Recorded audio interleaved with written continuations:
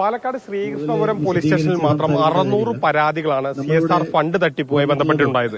ഇവിടെ IRDC, ICDC ഇങ്ങനെയുള്ള 2 സംഘടനകൾ മുഖേനയാണ് ഈ തട്ടിപ്പ് നടന്നത്. പക്ഷേ ഈ തട്ടിപ്പിൽ 600 പരാതികൾ നൽകി 14 കേസുകൾ എടുത്തു. പക്ഷെ അതിൽ ഇത് സന്നദ്ധ സംഘടനയുടെ ഭാരവാഹികളെ പ്രതികളാക്കിയിട്ടില്ല. അത് ആരോപിച്ചുകൊണ്ടാണ് ഈ പണം നഷ്ടപ്പെട്ടവർ ഒരു പ്രതിഷേധവുമായി ഈ പോലീസ് സ്റ്റേഷനിൽ മുന്നിലേക്ക് എത്തിയിട്ടുള്ളത്.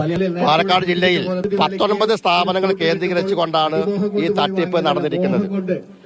560 ആളുകൾ ഈ പോലീസ് സ്റ്റേഷനിൽ മാത്രം പരാതി കൊടുത്തിട്ടുണ്ട്. ഈ പരാതി കൊടുത്തിരിക്കുന്നത് അനന്തകൃഷ്ണനെ പറ്റിയിട്ടല്ല, അനന്തകൃഷ്ണനെ പ്രതിയാക്കണമെന്ന് പറഞ്ഞിട്ടല്ല. ശ്രീകൃഷ്ണപുരം പോലീസ് സ്റ്റേഷൻ പരിധിയിലെ IRDC ചാരിറ്റബിൾ സൊസൈറ്റി കേന്ദ്രീകരിച്ചു, ICDC സൊസൈറ്റി കേന്ദ്രീകരിച്ചുകൊണ്ടും ഭീമമായ കോടിക്കണക്കിന് രൂപയുടെ തട്ടിപ്പ് നടത്തിയിട്ടുണ്ട്. ഈ കോടിക്കണക്കിന് രൂപ ഒരിക്കലും അനന്തകൃഷ്ണന്റെ അക്കൗണ്ടിലേക്ക് കൊടുത്തിട്ടില്ല. അതെല്ലാം തന്നെ ഇവർ പൂഴ്ത്തിയിരിക്കുകയാണ്. ആ പണം കണ്ടുകെട്ടണം, അവരുടെ സ്വത്ത് കണ്ടുകെട്ടണം. അവരിപ്പോൾ ഒളിവിൽ പോയിരിക്കുകയാണ്. ഒളിവിൽ പോയാൽ തന്നെ മനസ്സിലാക്കാൻ അവർ ഇതിനകത്ത് കുറ്റം ചെയ്തവരാണ് എന്നുള്ളത്. പണം എങ്ങോട്ടാണ് പോയതുള്ളത് അത് സംബന്ധിച്ച് നിങ്ങൾക്ക് വിവരമുണ്ടോ? ഇപ്പൊ നിലവിൽ IRDCയുടെ ശ്രീകൃഷ്ണപുരം SBI ശാഖയിൽ, കോട്ടപ്പുറം SBI ശാഖയിൽ വെറും 7 ലക്ഷം രൂപ മാത്രമാണുള്ളത്. തെളിവ് നമ്മുടെ കയ്യിലുണ്ട്, പോലീസിന്റെ കയ്യിലുണ്ട്. എന്റെ കയ്യിൽ നിന്ന് ഇതുപോലെ 64,000 രൂപ ഈ ഉണ്ണീഷൻ എന്ന് പറയുന്ന ആളുടെ വൈഫിന്റെ കയ്യിലാണ് കൊടുത്തത്.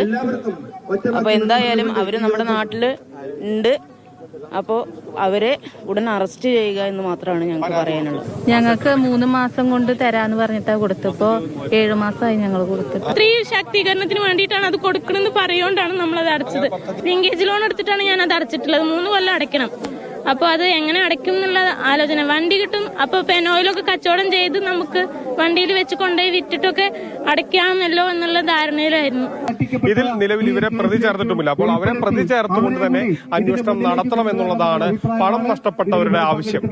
മൽഘോഷിനൊപ്പം ഗോകുൽ VS, മാതൃഭൂമി ന്യൂസ്, പാലക്കാട്.